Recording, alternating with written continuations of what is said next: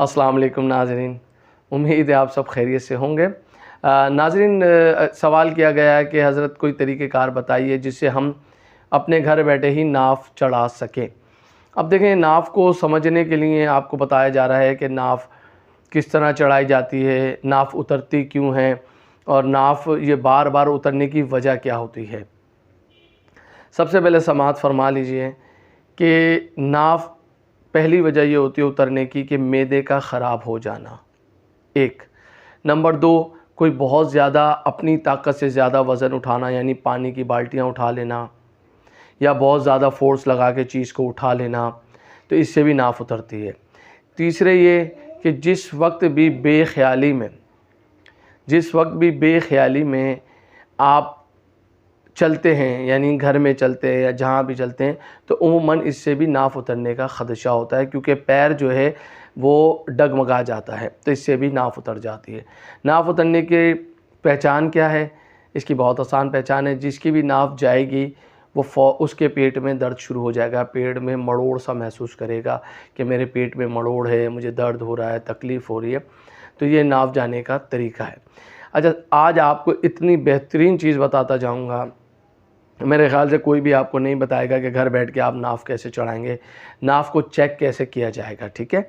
اب اس کو با اجازت میں آپ لوگوں کو دے رہا ہوں، ٹھیک ہے۔ گھر بیٹھ کر اپنے گھر والوں کی ناف چڑھائیے، جس کی ناف اتر جاتی ہے اس کی ناف چڑھائیے، اور چیک کس طرح کرنا ہے، چڑھانا کس طرح ہے، یہ طریقہ میں آپ کو انشاءاللہ بتاؤں گا، مگر میری بات غور سے سماعت فرما لیں۔ جو بھی شخص ناف چڑھائے گا اسے باوضو ہونا ضروری ہے۔ نمبر دو، وہ شخص نماز کا پابند ہو، نماز پابندی سے پڑھتا ہو، کم سے کم دن بھر میں 21 مرتبہ درود پاک پڑھتا ہو۔ درود پاک کوئی بھی پڑھ سکتے ہیں، درود ابراہیمی پڑھ سکتے ہیں، یا آپ لوگوں کو جو آتا ہو صلی اللہ علی محمد صلی اللہ علیہ وسلم بھی پڑھ سکتے ہیں۔ کوئی بھی درود پاک 21 مرتبہ دن میں لازمی پڑھنا ہے، ٹھیک ہے۔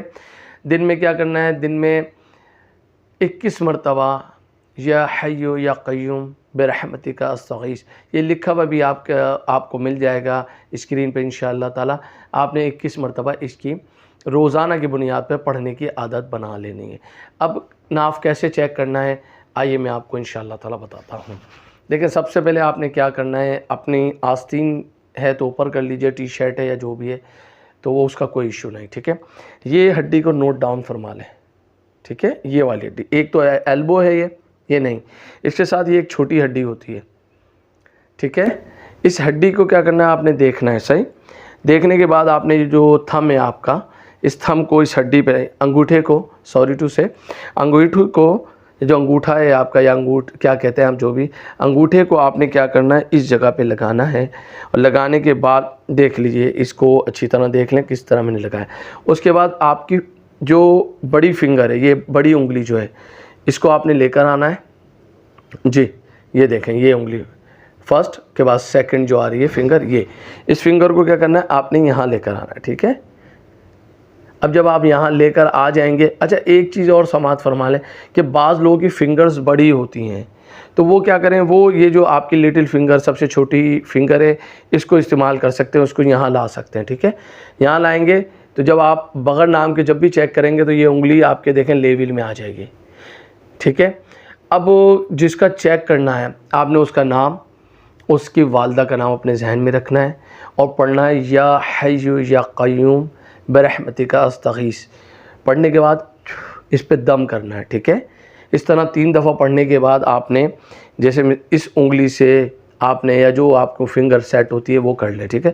اس انگلی سے لائیں گے، مثال کے تو ہم نے نام سوچ لیا، تو اب دیکھیں یہ ان کی ناف اتری ہوئی ہے، یہ انگلی فوراً اوپر چڑھ جائے گی۔ اس سے کیا ہوگا، اس سے پتہ چل جائے گا آپ کو کہ سامنے والے شخص کی، یا فون پہ چڑھا رہے ہیں تو فون پہ بھی آپ کو پتہ چلے گا کہ اس کی ناف اتری ہوئی ہے۔ اب کیا کرنا ہے، سمپل سورہ فاتحہ پڑھنی ہے، بسم اللہ شریف، اعوذ باللہ من الشیطان الرجیم کچھ نہیں پڑھنا، صرف الحمدللہ رب العالمین پڑھنا شروع کرنا ہے، ولضالین تک پوری سورہ فاتحہ پڑھنی ہے، آمین نہیں کہیں گے، ٹھیک ہے۔ اب جب پڑھنا شروع کریں گے تو دیکھیں اس ہاتھ کو، یہ جو ہاتھ ہے آپ کا، ٹھیک ہے، اس کو بیک کی طرف لے جائیں گے، اس پوزیشن پہ یہ ہاتھ آ جائیں گے۔ آپ سمجھ رہے ہیں میری بات کو؟ ٹھیک ہے.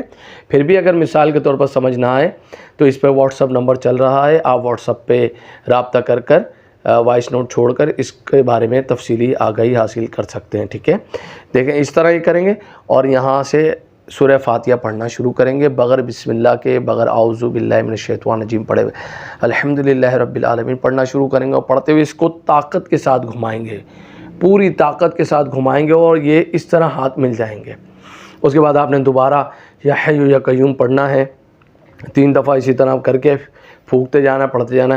اس کے بعد آپ انشاءاللہ چیک کریں گے, دیکھیں اس کی ناف الحمدللہ چڑھ گئی. ٹھیک ہے, مگر نام آپ کے ذہن میں ہونا چاہیے. دوسرے کہ جس کے اوپر اثرات ہوں گے یا جنات ہوں گے, جادو ہوگا, تو وہ اس کے اوپر یہ ہوگا کہ اس کے اوپر ناف آپ چڑھائیں گے اور کچھ دیر بعد پھر اتر جائے گی, چڑھائیں گے پھر اتر جائے گی.